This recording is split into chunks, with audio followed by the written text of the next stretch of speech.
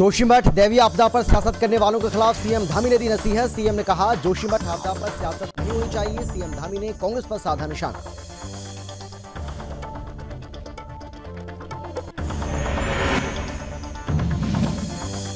भर्ती परीक्षाओं को लेकर धामी सरकार हुई सख्त। सीएम धामी ने अपर मुख्य सचिव राधा रतूड़ी को दिया निर्देश। भर्ती परीक्षाओं में तेजी लाने के आदेश जारी।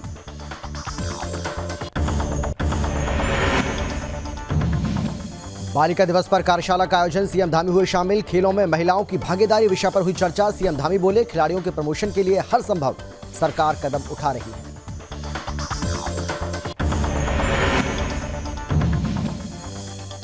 सीएम धामी ने विद्युत विभाग को शिविर आयोजित करने के दिए निर्देश। सीएम धामी ने बिजली विभाग को शिविर लगाकर बिजली से संबंधित समस्याओं का समाधान करने का आदेश दिया।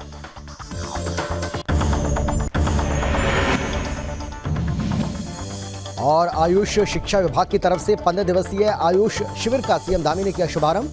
सीएम धामी बोले आयुर्वेद हमारी प्राचीन चिकित्सा पद्धति रही है।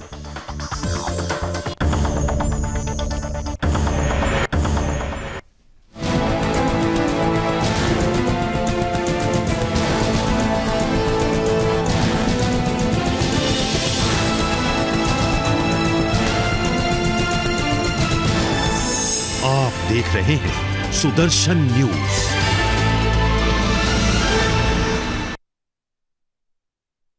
मैं हूं आपके साथ अमित शर्मा। वक्त है अपना उत्तराखंड का, जिसमें सबसे पहले हम बात करेंगे जोशीमठ की। जोशीमठ दैवीय आपदा पर सियासत करने वालों को उत्तराखंड के सीएम पुष्कर सिंह धामी ने नसीहत दी है। मुख्यमंत्री पुष्कर सिंह धामी ने कहा है कि जोशीमठ दैवीय आपदा पर सियासत नहीं होनी चाहिए। उनका कहना है कि जिस तरह से जोशीमठ को दिखाया जा रहा है वो ठीक नहीं है, क्योंकि 70% लोग आज भी अपना काम कर रहे हैं। वहाँ की दुकानें खुल रही हैं, लोग अपने रोजमर्रा के काम में लगे हुए हैं। सरकार विस्थापितों के लिए हर संभव काम कर रही है। साथ ही सीएम धामी ने कहा है कि फिलहाल जोशीमठ को लेकर सियासत नहीं होनी चाहिए। मुख्यमंत्री पुष्कर सिंह धामी ने कांग्रेस के बयानों को लेकर भी निशाना साधा, क्योंकि राहुल गांधी ने भी जोशीमठ को लेकर सवाल खड़े किए हैं। मुख्यमंत्री पुष्कर सिंह धामी ने कहा है कि किसी तरह से जोशीमठ पर सियासत नहीं करनी चाहिए। सरकार की सारी टीमें लगी हुई है, एनडीएमए की टीम। मैं यही कहना चाहता हूं कि ये समय राजनीति करने का समय नहीं है, और जोशीमठ में जो आपदा आई है उसके लिए जो समुचित प्रबंध हो सकता है, जितनी भी सरकार के द्वारा काम हो सकते हैं, उन सभी कामों को बढ़ाया जा रहा है। माननीय प्रधानमंत्री मोदी जी लगातार स्वयं उसकी मॉनिटरिंग कर रहे हैं। आज 8 संस्थान वहाँ पर काम कर रहे हैं, अपने सर्वेक्षण कर रहे हैं। भारत सरकार की सारी टीमें लगी हुई है, एनडीएमए की टीम भी वहाँ पर लगी हुई है। आगे पुनर्वास की योजना पर भी हम लोग काम कर रहे हैं। और मैं साथ ही ये भी कहना चाहता हूँ कि जोशीमठ को लेकर एक जो बार बार भ्रम की स्थिति पैदा की गई है, ऐसे भ्रम की स्थिति नहीं है। आज वहाँ पर 70% दुकानें आज भी खुली हुई हैं। वहाँ का कामकाज सामान्य रूप से चल रहा है। औली में भी लोगों का आना जाना लगातार बना हुआ है। 4 धाम यात्रा भी 4 महीने के बाद प्रारंभ होने वाली है। इसलिए संशय की स्थिति किसी को पैदा नहीं करनी चाहिए, और सब लोगों को आकर जो सहयोग कर सकते हैं वो सहयोग करना चाहिए। उत्तराखंड में भर्ती परीक्षाओं में तेजी लाने के लिए शासन स्तर पर अब हर 15 दिन में समीक्षा की जाएगी।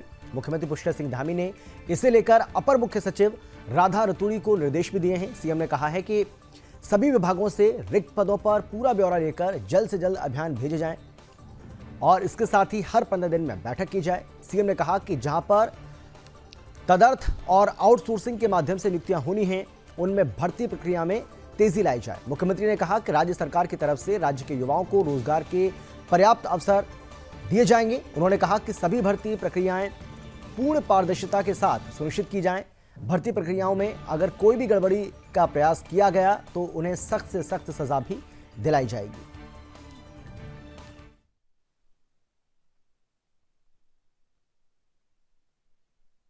ये हमारी प्राकृतिक कृषि के क्षेत्र में और जो जैविक कार्यशाला यहाँ पर हो रही है, इन क्षेत्रों में हमारे देश के यशस्वी प्रधानमंत्री मोदी जी के नेतृत्व में, उनके निर्देशन में पूरे देश के अंदर इसके लिए एक नई कार्य योजना देश के अंदर बनाई जा रही है।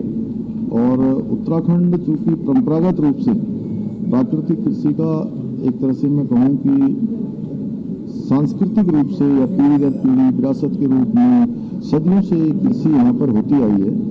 इसको और बढ़ाने के लिए अभी कुरुक्षेत्र में हमारे यहाँ के किसान लगातार प्रशिक्षण में हैं और 2 दिनों तक यहाँ पर भी जहाँ पर कार्यशाला चलेगी, कार्यशाला के बाद फील्ड में जाएंगे और जो विशेषज्ञ आए हुए हैं इस क्षेत्र के, उनके विशेषज्ञता का, उनके अनुभव का लाभ। राष्ट्रीय बालिका दिवस के मौके पर राजधानी देहरादून में कार्यशाला का आयोजन किया गया, जिसमें उत्तराखंड के सीएम पुष्कर सिंह धामी शामिल हुए। कार्यक्रम के दौरान सीएम धामी का जोरदार स्वागत किया गया। वहीं उत्तराखंड राज्य महिला आयोग की तरफ से राष्ट्रीय महिला आयोग के सौजन्य से आयोजित इस कार्यशाला में खेलों में महिलाओं की भागीदारी विषय पर विस्तार से चर्चा की गई। कार्यशाला में मुख्यमंत्री पुष्कर सिंह धामी और खेल और महिला कल्याण मंत्री रेखा आर्य भी मौजूद रहीं। मुख्यमंत्री पुष्कर सिंह धामी ने कहा कि प्रदेश में नई खेल नीति को लागू किया जाएगा और लागू किया भी गया है। खिलाड़ियों के प्रमोशन के लिए हर संभव सरकार कदम उठा रही है। उन्होंने कहा कि प्रदेश सरकार खिलाड़ियों के उत्थान को लेकर कई तरह की योजनाएं चला रही है। ब्लॉक लेवल से लेकर प्रदेश स्तर तक कई खेल प्रतियोगिताओं का आयोजन भी किया जा रहा है। आपको बता दें कि खेल में महिलाओं की भूमिका को लेकर भी सरकार गंभीरता से विचार कर रही है।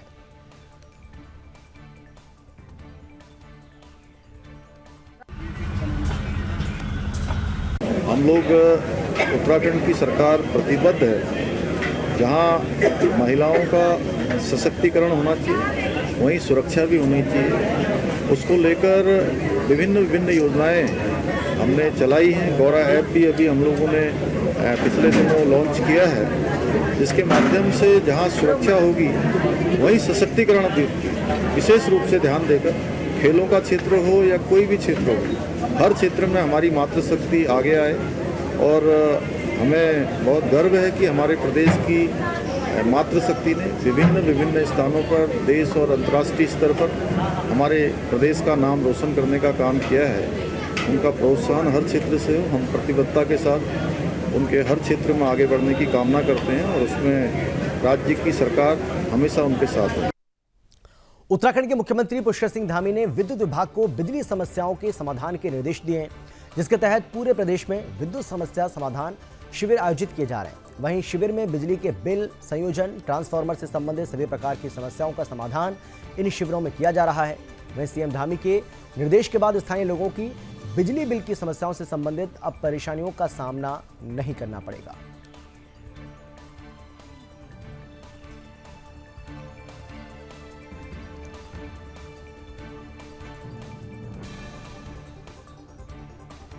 उत्तराखंड के मुख्यमंत्री पुष्कर सिंह धामी ने सोमवार को सचिवालय में आयुष और आयुष शिक्षा विभाग की तरफ से आयोजित 15 दिवसीय आयुष शिविर का शुभारंभ किया। इस दौरान सीएम धामी ने कहा कि उत्तराखंड आयुष का केंद्र रहा है। आयुष, योग और आयुर्वेद का संदेश देश और दुनिया को उत्तराखंड से गया है। उन्होंने कहा कि आयुष, योग और आयुर्वेद हमारी प्राचीन चिकित्सा पद्धति रही है। आयुष शिविर के माध्यम से कर्मियों को और कार्मिकों को उपचार करने की सुविधा होगी। कार्मिकों की स्वास्थ्य के लिए ऐसे प्रयासों की मुख्यमंत्री ने सराहना भी की।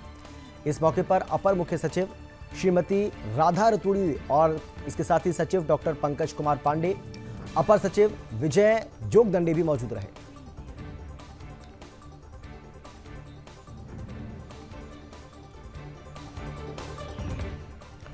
उत्तराखंड के मुख्य सचिव डॉक्टर एस संधू ने सोमवार को सचिवालय में उद्यान और खाद्य प्रसंस्करण विभाग के साथ बैठक का आयोजन किया।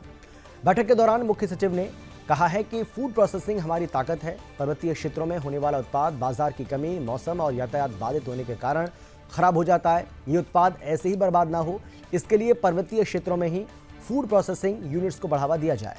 मुख्य सचिव ने कहा कि इसके लिए पर्वतीय क्षेत्रों में बड़े स्तर पर खाद्य प्रसंस्करण इकाइयां विकसित की जाएं। उन्होंने ये भी कहा कि इससे किसानों की उत्पादन बढ़ाने की क्षमता, इसके साथ ही उत्पादन बढ़ाने के बाद बाजार की चिंता नहीं रहेगी। इसमें प्राइवेट सेक्टर को बढ़ावा दिया जाए। जो फूड प्रोसेसिंग यूनिट पहले से चल रहे हैं, उन्हें और मजबूती प्रदान करने के लिए काम किया जाए। उन्होंने कहा कि इससे पर्वतीय क्षेत्रों में आर्थिक गतिविधियां बढ़ेंगी और रोजगार भी सृजित होगा। उन्होंने सचिव उद्यान को क्लस्टर आधारित पॉली हाउस पर भी फोकस करने के निर्देश दिए। उन्होंने कहा कि पॉली हाउस योजना बड़े स्तर पर शुरू करने के लिए बीज सैंपलिंग और रॉ मटेरियल की पूर्व में ही व्यवस्था सुनिश्चित की जाए। मुख्य सचिव ने कहा कि किसी भी योजना के लिए व्यवहारिक दृष्टि से आ रही समस्याओं को जाने बिना और उसके निराकरण किए बिना किसी भी योजना का सफल होना असंभव है।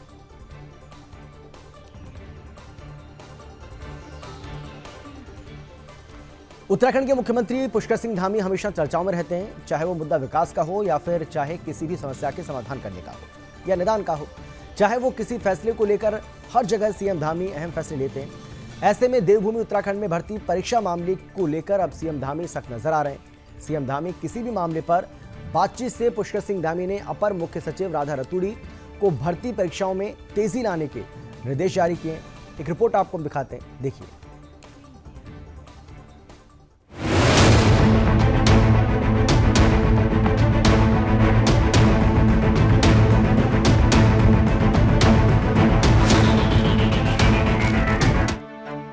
उत्तराखंड के सीएम पुष्कर सिंह धामी ने अपर मुख्य सचिव राधा रतूड़ी से बातचीत की। इस दौरान सीएम धामी ने अपर मुख्य सचिव को भर्ती परीक्षाओं में तेजी लाने के निर्देश दिए हैं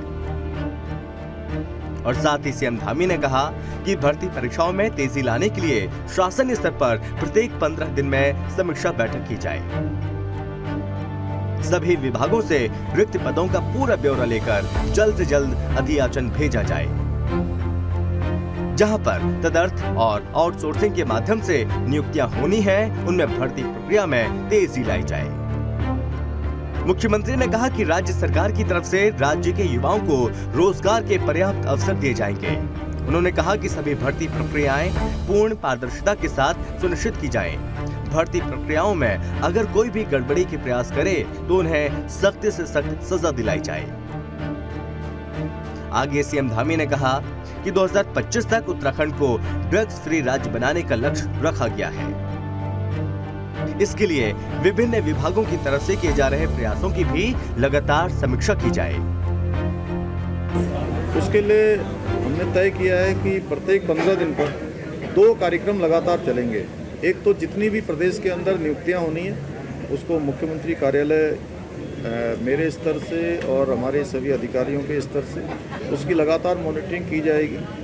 और साथ ही साथ जो हमने 2025 तक देवभूमि को ड्रग्स फ्री करने का जो लक्ष्य लिया है, संकल्प लिया है, उन दोनों ही अभियानों को लगातार गति देने का काम, लगातार उनकी समीक्षा का काम अनवरत रूप से चलेगा। अपर मुख्य सचिव श्रीमती राधा रतूड़ी को ड्रग्स फ्री उत्तराखंड बनाने के लिए 15 दिनों में संबंधित विभागों के साथ बैठक करने के निर्देश मुख्यमंत्री ने दिए हैं। वहीं प्रदेश के अपर पुलिस महानिदेशक वी मुरुगेशन ने बताया कि 2015-16 उप निरीक्षक सीधी भर्ती में कथित अनियमितता की जांच सतर्कता विभाग की तरफ से की जा रही है और साथ ही उसकी अभी तक की जांच में 20 उप निरीक्षक संदिग्ध पाए गए हैं। वी मुरुगेशन ने कहा कि भर्तियों में अनियमितताओं को बिल्कुल बर्दाश्त नहीं किया जाएगा और साथ ही मुख्यमंत्री पुष्कर सिंह धामी ने कहा कि राज्य सरकार की तरफ से राज्य के युवाओं को रोजगार के पर्याप्त अवसर दिए जाएंगे। उन्होंने कहा कि सभी भर्ती प्रक्रियाएं पूर्ण पारदर्शिता के साथ सुनिश्चित की जाएं। गड़बड़ी किसी भी कीमत पर बर्दाश्त नहीं की जाएगी। सुदर्शन न्यूज से प्रीति झा की रिपोर्ट।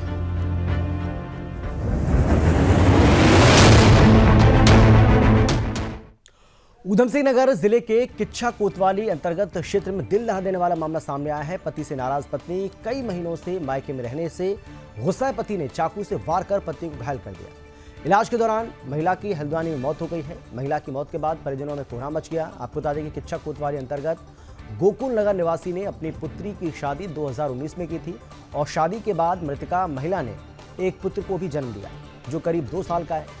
आरोप यह है कि पति नशा करते हुए पत्नी पर हर दिन गाली गलौज और मारपीट करता था।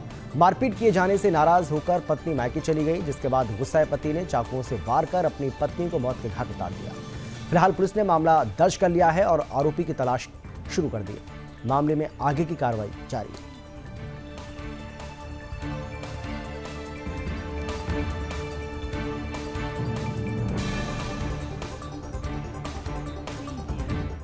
का केस था। शरीर पे कई जगह चोट के निशान थे, गले में, पेट में। महिला की कंडीशन बहुत ज़्यादा सीरियस है। क्लियर तो कुछ नहीं कह सकते हैं। किसी धारदार हथियार से लग रहा था, छोटे की मार लगाई गई। उनको फर्स्ट एड दिया गया और सीरियसली मैंने इसको रेफर कर दिया गया। उत्तराखंड के पौड़ी में पुलिस प्रशासन को बड़ी कामयाबी हाथ लगी है। आपको बता दें कि पौड़ी जिले की पुलिस ने 2 इनामी अपराधियों को अलग अलग स्थानों से गिरफ्तार किया है। इसमें एक अपराधी को तमिलनाडु तो दूसरे आरोपी को बिहार से गिरफ्तार किया गया। दरअसल फरार चल रहे इनामी अभियुक्तों की धरपकड़ को लेकर विशेष अभियान चलाया जा रहा है, जिसमें संतोष पैथवाल के नेतृत्व में श्रीनगर पुलिस टीम ने जहां करोड़ों रुपए की ठगी करने वाले अभियुक्त को तमिलनाडु से गिरफ्तार किया है। दरअसल अरुण राज चैल्या नाम के शातिर अभियुक्त अब तक श्रीनगर, ऋषिकेश, रुद्रप्रयाग समेत प्रदेश के अन्य विभिन्न हिस्सों में लोगों को अपनी ठगी का शिकार बना रहा था। वहीं करोड़ों रुपए की ठगी करने के बाद अभियुक्त अपना स्थान लगातार बदल रहा था। ठगी का शिकार हुए लोगों ने जब अभियुक्त के खिलाफ मामला पंजीकृत करवाया, इसके बाद बीते 1 साल से पुलिस फरार अभियुक्त की तलाश में जुटी हुई है। वहीं पुलिस ने अभियुक्त को तमिलनाडु से गिरफ्तार किया है, जिसने पुलिस के समक्ष करोड़ों रुपए की ठगी करने की बात को स्वीकार कर लिया है और बताया कि वो घरेलू सामान बेचने के नाम पर करोड़ों रुपए की ठगी अलग अलग स्थानों से कर चुका है। वहीं रिखड़ीखाल क्षेत्र में आभूषणों को चमकाने के नाम पर ठगी को अंजाम देने वाले अभियुक्त को भी जिले की पुलिस टीम ने बिहार से धर दबोचा है। एसएसपी ने बताया है कि अब तक 8 इनामी अभियुक्त पुलिस ने पकड़े हैं और शेष अभियुक्त को पकड़ने के लिए अभियान चल रहा है।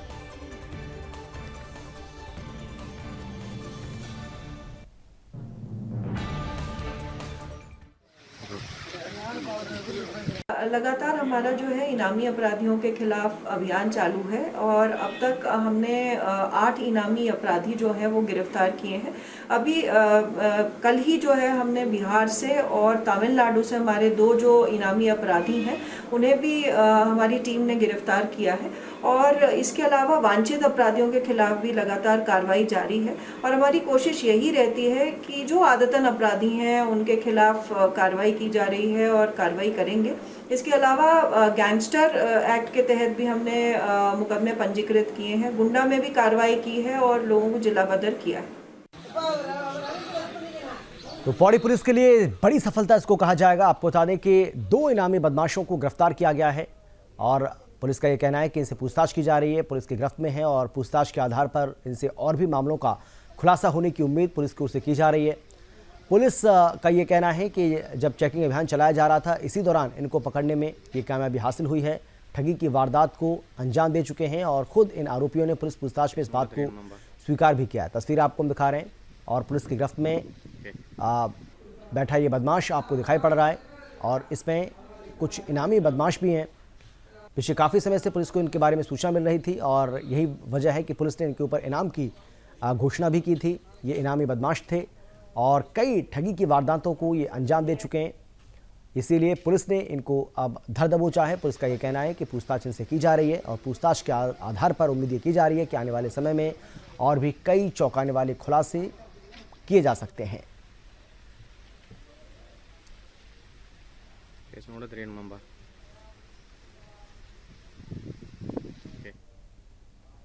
और चलिए इस बीच एक बड़ी जानकारी आपको हम दे दें। इस वक्त की एक बड़ी खबर आपको हम बता रहे हैं और ये बड़ी जानकारी जो आपको हम दे रहे हैं वो आ रही है उत्तराखंड के कई इलाकों में भूकंप के झटके महसूस किए गए, यानी कि भूकंप को लेकर इस वक्त की बड़ी जानकारी आपको हम दे रहे हैं। रिएक्टर स्केल पर 5.4 मापी गई है। भूकंप की तीव्रता और तेज झटकों के चलते लोग घरों से बाहर निकल आए। भूकंप से किसी तरह के नुकसान की कोई सूचना अभी तक नहीं मिली है। ये बड़ी जानकारी आपको हम दे रहे हैं। उत्तराखंड के कई इलाकों में भूकंप के तेज झटके महसूस किए गए हैं। रिएक्टर स्केल पर 5.4 तीव्रता जो है वो मापी गई है और तेज झटकों के चलते लोग घरों से बाहर निकल गए, लोग डर गए, सहम गए।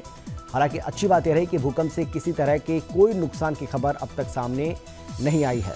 न केवल उत्तराखंड बल्कि दिल्ली एनसीआर में भी आज भूकंप के तेज झटके दोपहर करीब 2:30 बजे देखने को मिले, महसूस किए गए और उत्तराखंड में भी इससे अछूता नहीं रहा। उत्तराखंड में भी भूकंप के झटके महसूस किए गए और जैसे ही ये भूकंप के झटके आए उसके बाद लोग अपने घरों से बाहर निकल गए।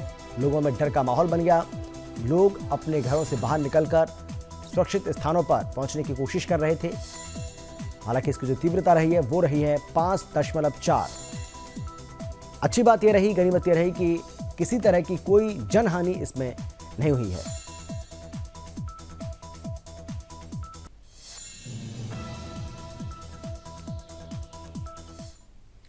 देवभूमि में लगातार पुलिस की ओर से झोलाछाप डॉक्टर्स के खिलाफ अभियान चलाया जा रहा है और कार्रवाई भी की जा रही है।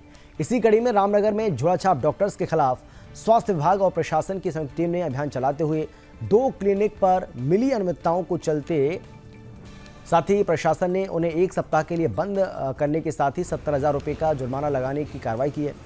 प्रशासन की ओर से जो कार्रवाई की गई है उसमें झोलाछाप डॉक्टर्स में हड़कंप मच गया। आपको बता दें कि रामनगर और ग्रामीण क्षेत्रों में पिछले लंबे समय से झोलाछाप डॉक्टर्स की आई बाढ़ से कई मासूम और गरीब लोग अपनी ज़िंदगी को दांव पर लगा चुके हैं, लेकिन स्वास्थ्य विभाग की लापरवाही के चलते इन डॉक्टर्स पर कोई कार्रवाई न होने के कारण भी झोलाछाप डॉक्टर लगातार पनप रहे हैं और बेखौफ होकर लोगों की ज़िंदगी को लीलने का काम कर रहे हैं। 2 दिन पहले पीरू मदारा क्षेत्र में एक झोलाछाप डॉक्टर के इलाज के बाद हुई एक किशोरी की दर्दनाक मौत के बाद स्वास्थ्य विभाग और प्रशासन में हड़कंप मचा हुआ है, जिसके बाद स्वास्थ्य विभाग ने झोलाछाप डॉक्टर्स के खिलाफ कार्रवाई करना भी शुरू कर दिया है। सोमवार को एसडीएम गौरव चटवाल, स्वास्थ्य विभाग से नोडल अधिकारी डॉक्टर प्रशांत कौशिक, कोतवाल अरुण कुमार सैनी द्वारा संयुक्त रूप से झोलाछाप डॉक्टर्स के खिलाफ कार्रवाई की गई, जिसके बाद कई झोलाछाप डॉक्टर आज भी अपने क्लिनिक को बंद कर मौके से फरार हो गए। मामले में जानकारी देते हुए नोडल अधिकारी डॉक्टर प्रशांत कौशिक ने बताया है कि मंगलवार रोड में एक क्लिनिक को बंद कर 10,000 रुपये का जुर्माना लगाया गया। झोलाछाप डॉक्टर्स पर कार्रवाई हो रही है, लेकिन सबसे बड़ा सवाल यही है कि लोग भगवान के बाद डॉक्टर का स्थान देते हैं, यानी कि भगवान के बाद सबसे ज़्यादा अगर किसी को मानते हैं तो डॉक्टर को माना जाता है, बल्कि डॉक्टर को भगवान का दर्जा दिया जाता है। और वहीं ऐसे में कई चिकित्सक लोगों की ज़िंदगियों के साथ खिलवाड़ कर रहे हैं, जिससे ना जाने कितने मासूम लोगों की ज़िंदगी ऐसे डॉक्टर्स की लापरवाही के चलते चली भी जाती है। ऐसे में लापरवाही करने वाले डॉक्टर पर सख्त से सख्त कार्रवाई होनी चाहिए।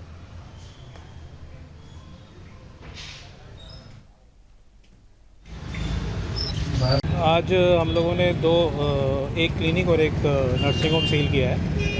क्लिनिक में जो डॉक्टर साहब प्रैक्टिस कर रही थी वो आयुष वाली थी और उनके यहाँ पर एलोपैथिक मेडिसिन पाई गई हैं और उन्होंने और कोई दस्तावेज प्रस्तुत नहीं किया। अपने जो MBBS डॉक्टर वहाँ पे बैठते हैं उनका रजिस्ट्रेशन एक्सपायर था और वहाँ पर वो डॉक्टर साहब उपस्थित भी नहीं थे और उनका वहाँ पर मरीज़ देखते हैं ऐसा कोई रिकॉर्ड हमें वहाँ पे प्राप्त नहीं हुआ, जिसकी वजह से 1 हफ्ते का उनको टाइम दिया गया। सभी रिपोर्ट्स लेके CMO ऑफिस नैनीताल में जमा करेंगे और 10,000 रुपये का जुर्माना वहाँ पे जमा करेंगे ड्राफ्ट के साथ। सर अभी भी हज़ारों की संख्या में यहाँ झोलाछाप डॉक्टर हैं, उन पर क्या कार्रवाई की जाती है? देखिए, हम लोग निकलते हैं तो हम 1 या 2 को ही करवाते हैं, बाकी तो सब बंद करके भाग जाते हैं। तो इसमें तो काफ़ी टाइम लगेगा, लेकिन नंबर सबका आएगा, ऐसा नहीं है। आगे भी अभियान जारी रहेगा? अभियान आगे भी जारी रहेगा। मैदान से लेकर पहाड़ तक लोगों के लिए अगला 1 सप्ताह मौसम के लिहाज से भारी पड़ने वाला है। पश्चिमी विक्षोभ सक्रिय होने से पूरे प्रदेश में बारिश की संभावना है। 2200 मीटर से अधिक ऊंचाई वाले इलाकों में बर्फबारी के आसार हैं। मौसम का ये मिजाज 29 जनवरी तक देखने को मिलेगा। मौसम विज्ञान केंद्र के निदेशक विक्रम सिंह ने बताया है कि सोमवार रात से एक बार फिर पूरे राज्य में पश्चिमी विक्षोभ सक्रिय रहा है। इसके चलते मैदान से पहाड़ तक बारिश होगी, तो वहीं उच्च हिमालयी क्षेत्रों में बर्फबारी की संभावना है।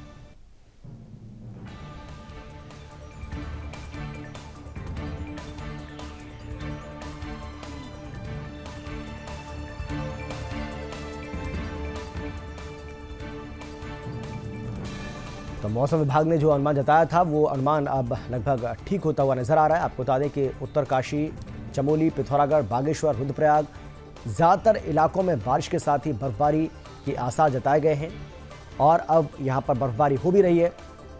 इसके साथ ही मौसम विभाग का ये कहना है कि बारिश और बर्फबारी से मैदानी इलाकों में जोरदार सर्दी पड़ेगी।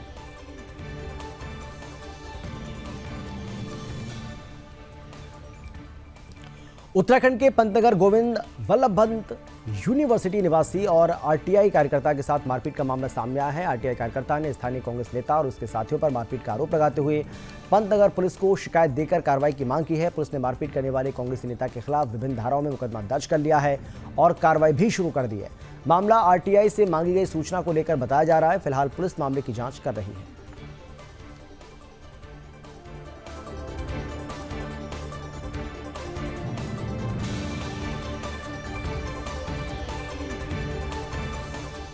जनपद मुख्यालय को जोड़ने वाला जोशियाड़ा झूला पुल माघ मेले के दौरान मेलार्थियों से जबरदस्त तरीके से झूल रहा है। आपको बता दें कि क्षमता से अधिक मात्रा में लोग आवाजाही कर रहे हैं और किसी भी बड़े हादसे से इनकार नहीं किया जा सकता। हालांकि पुलिस कर्मियों की तरफ से दोनों तरफ से रोका जा रहा है, लेकिन क्षमता से अधिकांश चलने पर पुलिस के दोनों किनारे झूल रहे हैं।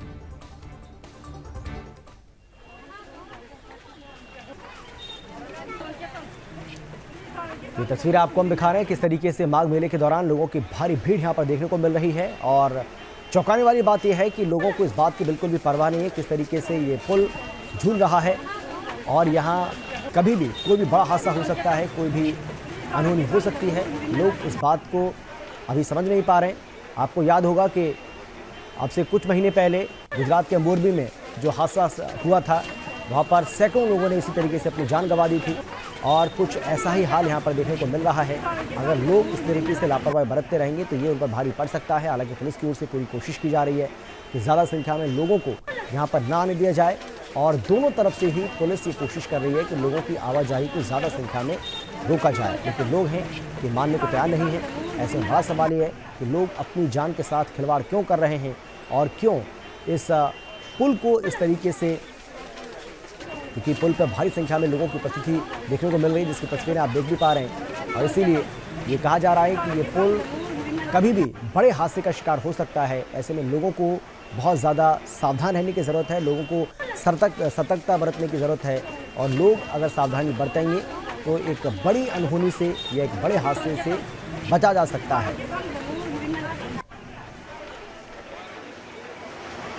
भीड़ आ रही है, इसके बदले में दोनों पुल के दोनों किनारों हमने चोट लगा रखी है और धीरे धीरे इसको जो है लोगों को धीरे धीरे भेज रहे हैं जिससे कोई बड़ा हादसा ना हो पाए, क्योंकि पुल जो है काफ़ी मात्रा में हिल रहा है।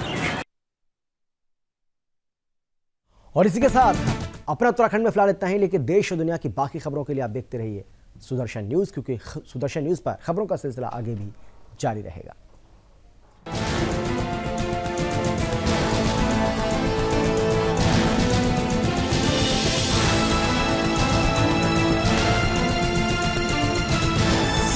आप देख रहे हैं सुदर्शन न्यूज़।